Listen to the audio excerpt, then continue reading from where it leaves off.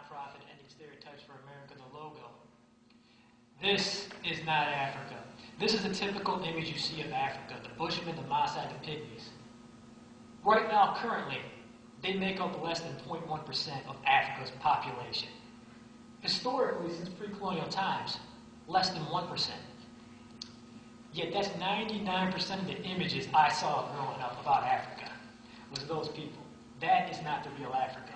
This is the real Africa. This is a medieval king. He was ruler of a kingdom in West Africa, larger than Western Europe, almost as large as the continental United States. This is a painting from the 14th century of the actual man, when he was the king. It had at least 12 governors, 30, 40 million people. It had famous universities. Here's his empire. 3 people, an Arab, a North African, and a European, wrote extensively about this kingdom. The Syrian, the Arab, says its inhabitants are rich and live comfortably. The North African, he traveled all around the world, China, India, East Africa, North Africa, and finally to this kingdom. And he says, these people most abhor injustice.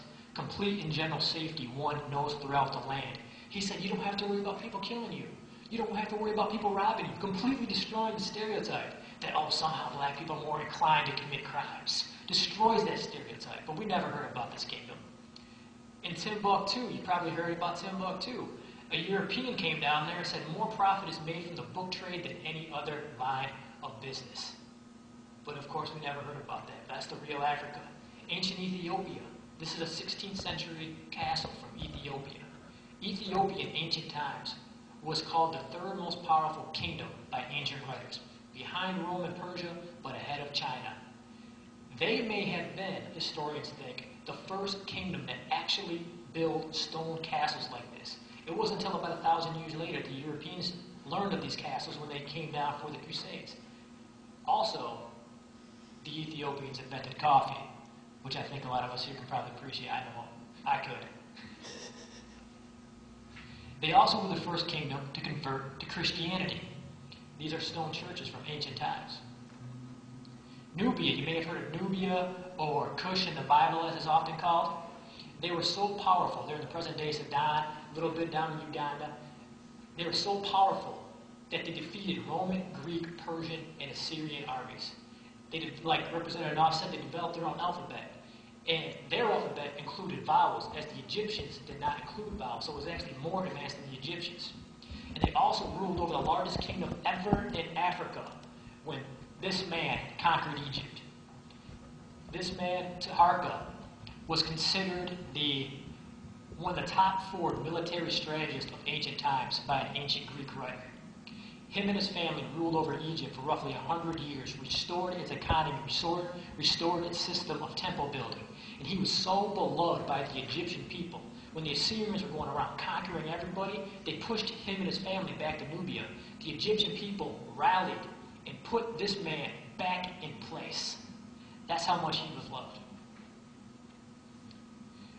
Like Representative Knopf says, Black Africa is mentioned in the Bible quite a bit. Isaiah called Cush, or Nubia, a land of sailing ships, a people dreaded near and far, a nation strong and proud. That king that I just showed you, his name looms large in the Bible because when Israel was under attack from the Assyrians, he sent the Egyptian troops and the Nubian troops up into Israel, and they defeated the Assyrians. Moses married a Cushite woman, and the Queen of Sheba may have been from Ethiopia. I think maybe from the Arabian Peninsula, maybe from Ethiopia, we don't know. This is a 16th century city in Africa, the Congo, drawn by a European. Obviously, you can see how vibrant and bustling. Those little rows are all homes, little houses. Writing in Africa. There was all kinds of different 3 kingdoms developed their own systems of writing. And there was many other types of written communication all across Black Africa. Just never hear about it. But here is what we see. These people. The Bushmen. The Pygmies. Now you may think, well, maybe Africa just has more than any other people. Maybe they have more than Asia, Europe, South America. Well, not quite. There are 200,000 Bushmen and Pygmies combined. There are currently white Europeans in the Scandinavian countries who are hunters and gatherers, the Sami people, who live in those small huts like that and are nomads. Yet we don't just focus on them and ignore the great European civilizations like Rome, Greece, Spain, England. But that's what we do with Africa and its bad history and its leading to these false stereotypes that divide our nation. This is the real Africa, with kings, castles, pyramids. Those are knights from West Africa. West Africa had knights. They didn't just put armor on themselves. They put armor on their horses. When the Europeans came down, they said, these guys are as good as we are. You never hear about that. And I'll just do this last slide real quick. Since we're talking about Africa, these are the contributions Africans made when they first came to America, the skill set that they brought. First of all, the Africans introduced rice. In West Africa, they grew rice. They knew how to cook rice. They knew how to store it. They knew how to clean it. They knew where to plant the rice. And it came to dominate life in South Carolina, as it was quoted back in the late 1600s and early 1700s. This man Cinque, you may remember the movie Amistad. Steven Spielberg wrote about the slave revolt.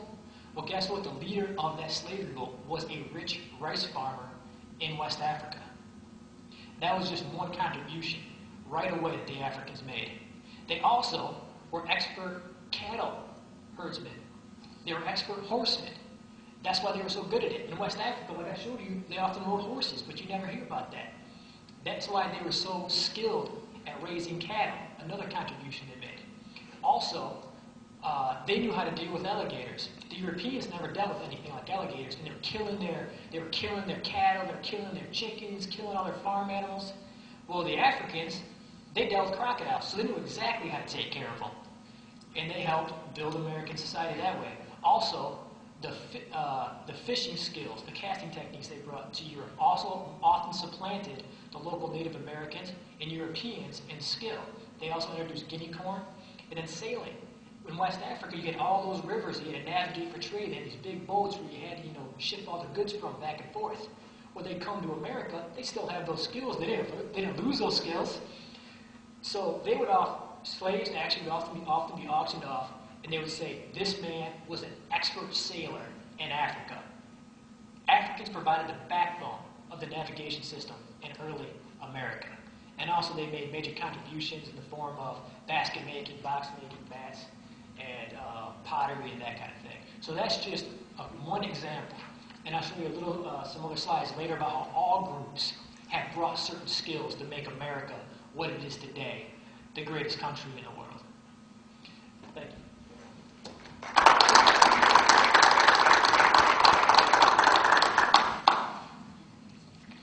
Well, thank you, Charles. I told you he was passionate and articulate, didn't I? And that's just a little snippet of what this guy knows and what he's researched. And so I encourage you, if you like what you heard, and quite frankly, wouldn't it have been nice, I don't know about you, but if I'd have been taught those things in school, would have given me a whole different outlook and a whole different belief structure and a whole different set of questions to start asking in class. But if you're interested in hearing more, much more in-depth, I know Charles does presentations around the state to various schools and organizations on this topic and can cover a wide variety of cultures and histories. I give Charles the website to contact you is endingstereotypes.com, if I'm not mistaken. www.endingstereotypes.org. If you just type in ending stereotypes into Google, you Google it, it'll pop right up. Google it.